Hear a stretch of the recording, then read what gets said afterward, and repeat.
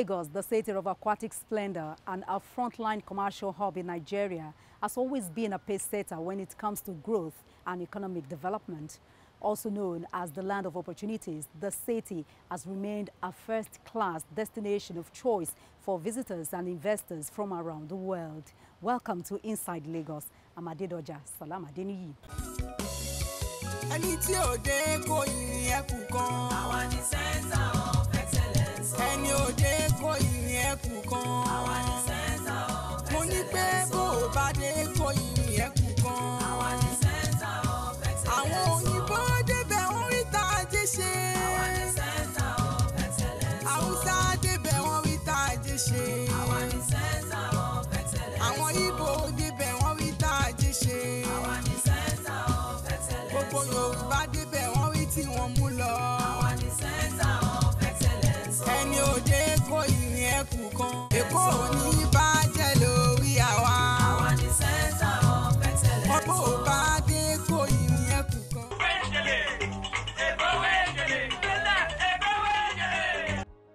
It's the third pillar of Babajide SANWO-OLU's themes agenda at play: education and technology. This is another milestone intervention in the ongoing transformation of the education sector in Lagos State. The governor says integrating technology into teaching and learning is what the new Wetland Junior Grammar School represents. It is the future of public schools in Lagos State. This first in class, first in the country, first in the state, a modular, interactive classroom block at the great Wetland Junior International School, AGEGE. Yet another milestone intervention in our ongoing transformation of the educational sector in Lagos State. About 7 months ago, at the commissioning of the ultra-modern 18-classroom block, with state-of-the-art sporting facility at the Elemoro Comprehensive Junior School in Ibejuleki. On that occasion, we did promise to replicate that structure across all the districts in the state, but we also did promise that we're going to make it bigger, better, and bolder. Here we're keeping that promise, which is why we're here today to hand over the Wetland Junior Grammar School. Our goal as a government is to build schools of the future, public schools that are driven by cutting-edge technology and that can compete favorably with the best public and private schools anywhere in the world. This containerized modular building that is being commissioned here today is made up of 9 regular classrooms, 3 laboratories, and 4 staff rooms. All of these spaces are powered by a solar panel. So like they said, this whole structure is completely off-grid. We don't want any NEPA failure or any power failure. It's completely off-grid. And it is being installed with enabling teaching and learning technology under the most conducive environment. All the classrooms, I'm told, are equipped with interactive touch screen, and all the students have been given an electronic tablet to aid their learning, both in school and also virtual learning. This is the future of public school in Lagos. This is the future of public school in Nigeria. We believe this should be the future of public school in Africa. This is a welcome milestone towards ensuring that no child is left behind in Lagos State.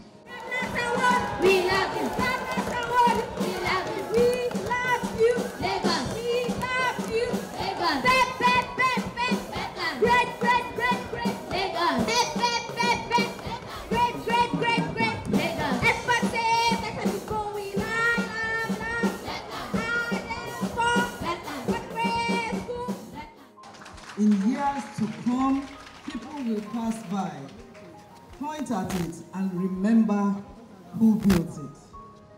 Governor Babajide Olushola SANWO-OLU, thank you very much.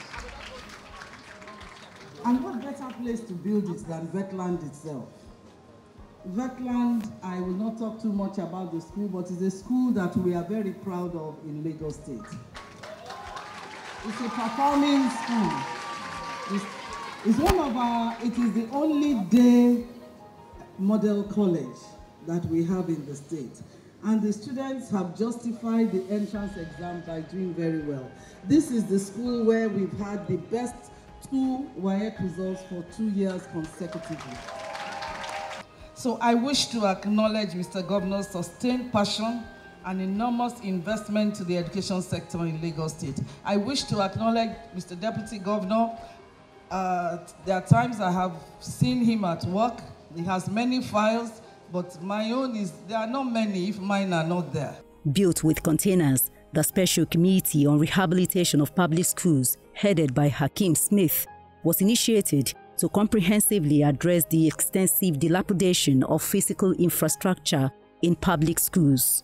We are talking about the Green Initiative for us to see that truly we can use some items that we thought are no longer useful. And the containers are quite durable and strong. They could actually last 50 years. We have EPS expanded the polystyrene materials that are already embedded on the containers, and now finished with plasterboard, so are quite conducive. We didn't have all this equipment before. We believe that we can use this to have a better learning experience. The committee's focus includes the construction of new classroom blocks where there are shortfalls, rehabilitation of old, dilapidated and abandoned ones, construction of new schools in communities where none existed, and provision of students, teachers and principals, furniture and other relevant initiatives.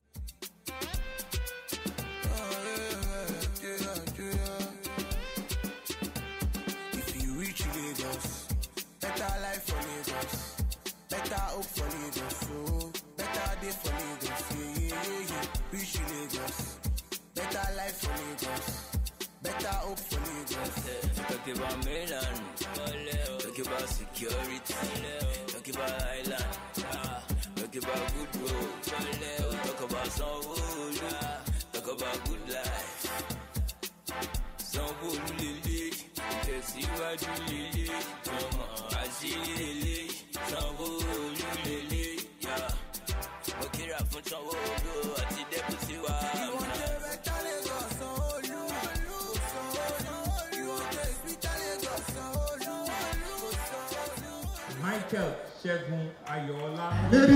Also, 13 teachers and administrators of public schools in the state emerged winners of Outstanding Teachers of the Year award by the state government. The teachers went home with brand new cars. This initiative is in line with our commitment to use education as an instrument to change our world and to influence the teaching profession.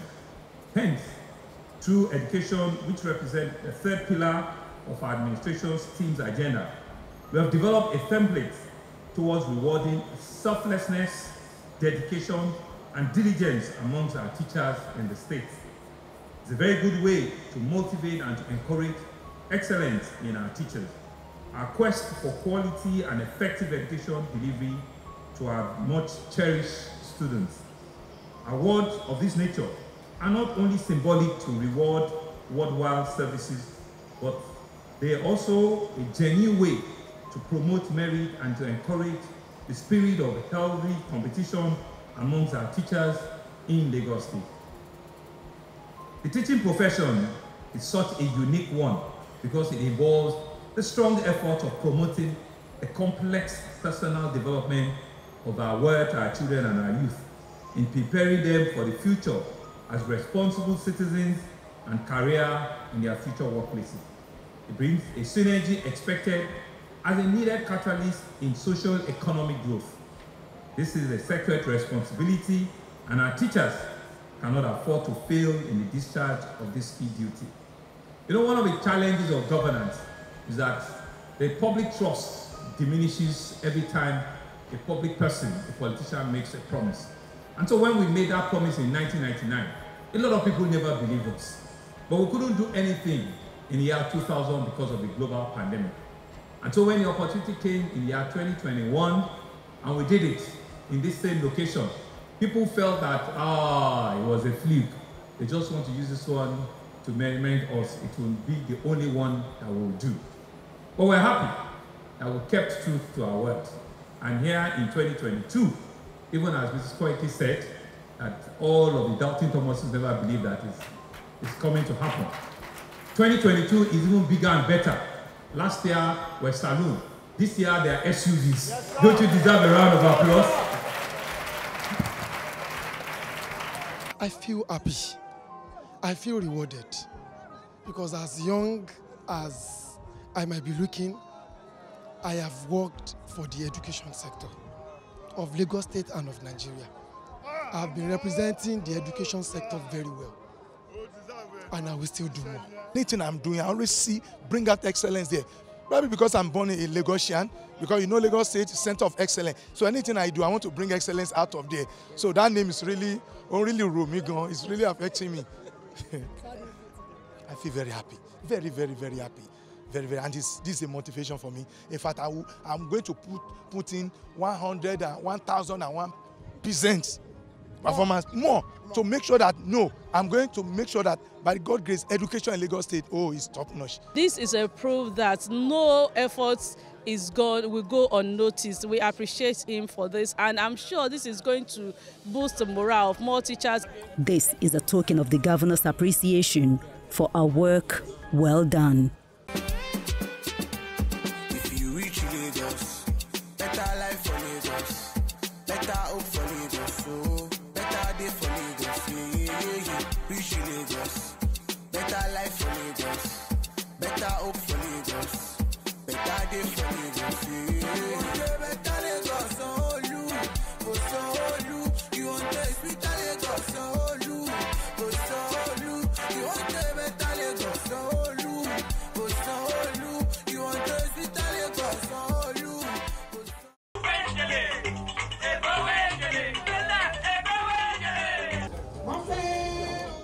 Providing affordable housing for citizens has been one of the most central parts of Governor Babajide Sanwo-Olu's administration in the last 3.5 years.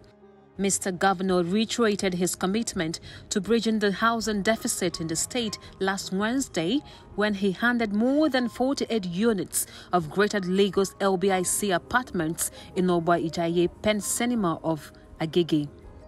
The Greater Lagos LBIC apartments comprise 2 3-bedroom flats and 4 units of the 4-bedroom maisonette. It is a joint venture arrangement involving Lagos Building Investment Company PLC, LBIC and RPDC Limited. As a basic human need, this administration has been determined from day one to decisively tackle the housing challenges faced by the residents of our state. For us, it's not only about the availability, but it's also about the affordability. We're concerned about ensuring that not only are the houses reasonably priced, but that they are also creative in financing mechanism that gives people the capacity and the convenience to pay based on their future earning and incomes. And so it is our quest to provide decent yet affordable accommodation to the people of the state. We have in close partnership with the private sector. Today, in just about 3 years, we've handed over almost 4,000 housing units across the state. Governor Sanwo-Olu also noted that the most efficient way to address the housing challenges facing Lagos as a mega city is for the government to enable and empower the private sector to deploy its abundant capital. To announce and to be able to hand over to the 14 families that were displaced because of the construction of our very iconic Agege Pen Cinema Bridge. We now have accommodated all of them under this scheme, and that their flats will be allocated to them here today at no cost at all. And I'm sure maybe next month or the month after, they should be handing over about 320 units in Amuodofi. They should be completing about 360 units in Obeleoniwala in Surulere. They should be completing another 64 units at Olaleye in Ikonri.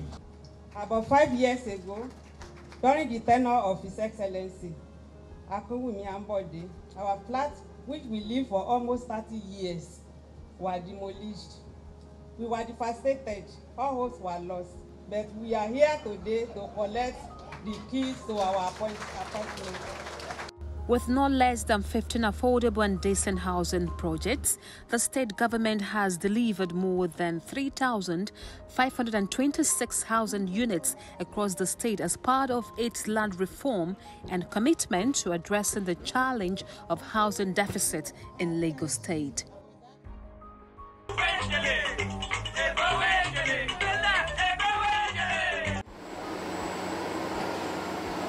As part of the Governor Babajide Sanwo-Olu's administration's commitment to traffic management and transportation, piling works have commenced for the OPEBI-OJOTA link bridge of Lagos State. The OPEBI-OJOTA link bridge, which is one of the legacy projects of Mr. Governor, is aimed at easing the burden of commuters and decongesting traffic in the Ikeja axis and on Ikorodu Road by providing a direct link between OPEBI, Mende, Maryland and OJOTA to Ikorodu Road, reducing the perennial traffic on Mobolaji Bank and Tony Way and setting precedents for OJOTA commuters to link the third mainland bridge.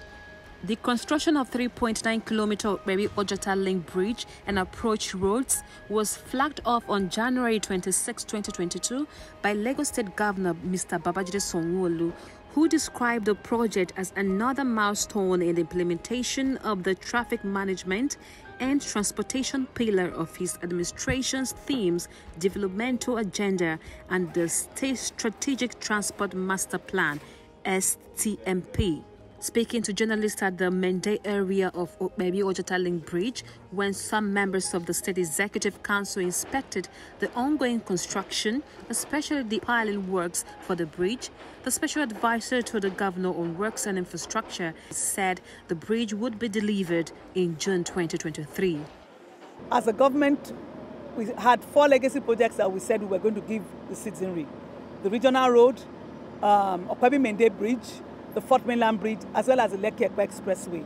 Lekki Expressway is about 95% done, which we have just a pavement. In another 4, hopefully in 2 weeks, the construction work, the pavement section will be done, leaving only the ancillary furnitures, the street lights, because even the foundations are all ready. So that is almost at 95% construction work. The Fourth Mainland Bridge, we are desirous of actually hitting construction, beginning of construction work by end of the year.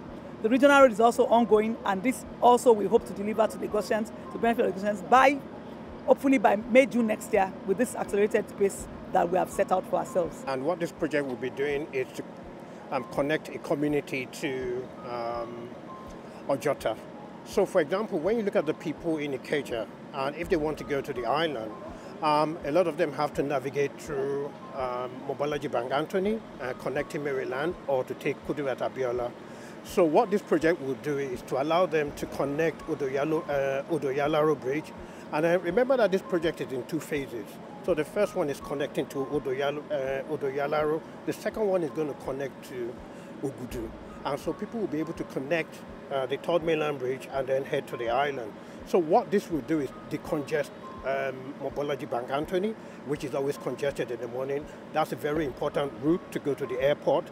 And it would also decongest Kudu at Abiola. So it gives people options to actually navigate from Ikeja to the island.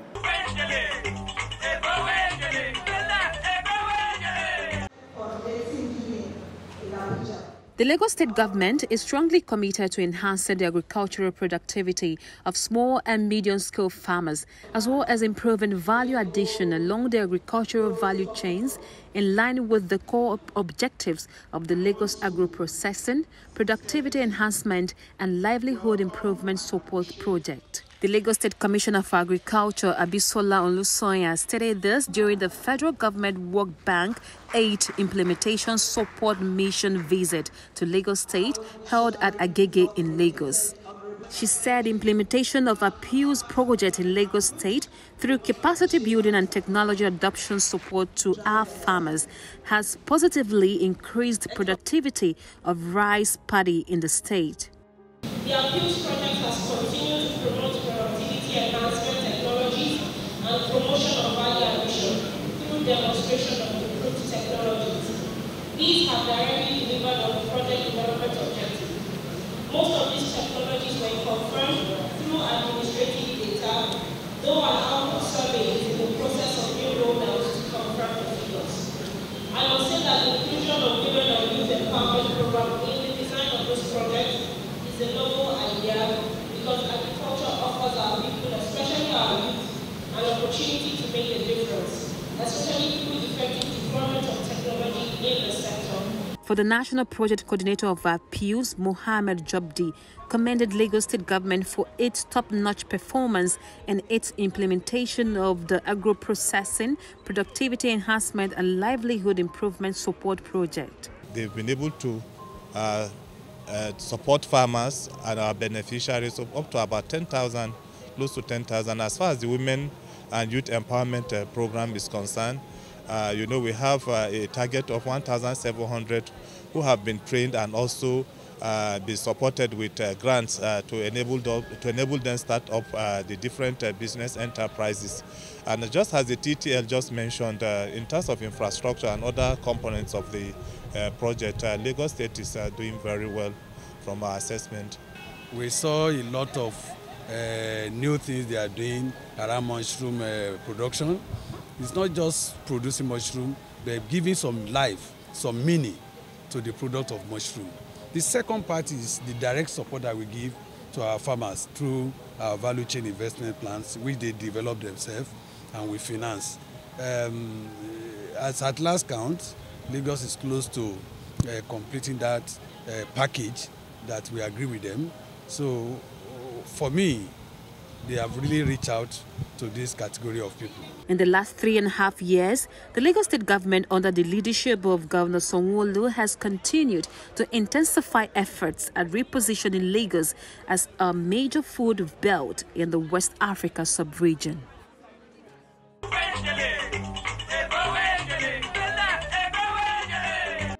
To strengthen the bilateral relations between China and Nigeria, China has donated medical equipment to Lagos State put at $1,000. The COVID-19 pandemic has been described as one of the most challenging periods for not the world, but Lagos State in particular. From the index case to the increase in numbers of those affected, the Lagos State government was under pressure to provide medical assistance with both testing and solutions spread across the state. However, it appears the world is not out of the woods yet. For that reason here, China is donating 7 ventilators put at close to 100 million naira to the Lagos State. Handing over the medical equipment, the Chinese Consul General to Nigeria, leading other partners, says it is to further assist and encourage the Lagos State government and Ministry of Health in providing adequate health care for its people. The assistance from Nigerian hospitals and medical professionals has helped Chinese communities manage to cope with the pandemic. On behalf of the Chinese Consulate General, I would like to extend my heartfelt appreciation to the excellent medical services and professionals for their care and support to the local Chinese community in the past years. Today, we donate 7 ventilators to 4 of the best public hospitals as a way to show our thanks to the Lagos State, to the Ministry of Health, to the hospitals and medical staff. I'm sure the equipment will contribute to the fight against COVID-19 and benefit more Chinese and Nigerians. Responding, Permanent Secretary, Lagos State Ministry of Health, Mr. Olusegun Boye, described the donation as thoughtful. This is definitely not the first donation the Chinese government is making to Lagos State during in response to COVID. In the thick of COVID, we did receive quite a few consumables from the Chinese government that were extremely useful to us in fighting off wave after wave of COVID. And now we're receiving this donation of 7 ventilators ostensibly as part of the response to COVID, but I mean all of us here that are medical professionals realize that right now we're trying to strengthen our emergency response in Lagos State, and this would be extremely useful to strengthen ICUs all across our general hospitals. So this is something that we will definitely use very wisely and very gratefully. The delivery of the machines was facilitated by Chinese medical firms Africa Med and Aeon Med. Staff will be trained by Africa Med and Aeon Med after the donation. Africa Med, with its mission to improve the healthcare system by establishing a healthcare bridge between China and Africa. While Aeon Med is the biggest manufacturer of intensive care and theater equipment in China, both of us have specialists and engineers based in different African countries, inclusive of Nigeria. And we offer the training and after-sales support for the, our respective equipment.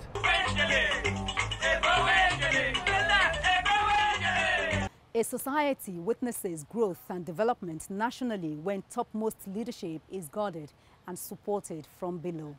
And that's a package on this episode of Inside Lagos. Many thanks for being a part of it. I'm Adedoja. Salam Adini.